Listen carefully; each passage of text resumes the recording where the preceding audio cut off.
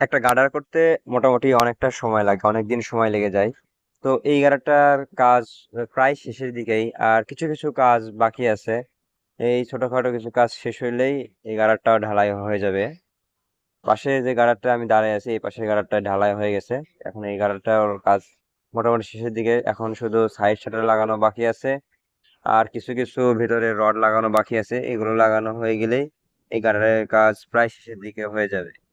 তো নিচে থেকে এগুলা গার্ডারের রড উঠানো হচ্ছে, যেগুলা ভিতরে বাকি আছে সেগুলা রড আর কি উঠিয়ে নিয়ে গার্ডারে লাগানো হবে, যাতে গার্ডারটা টেকসই মজবুত হয়। তো এই গার্ডারটার কাজ প্রায় শেষের দিকেই। আমি আপনাদেরকে সম্পূর্ণ একটা ভিডিওতে সম্পূর্ণ কিছু দেখানো সম্ভব না, আমি আস্তে আস্তে আপনাকে দেখাবো যে একটা গার্ডার তৈরি করতে কিভাবে কিভাবে কি করতে হয়, ঠিক আছে?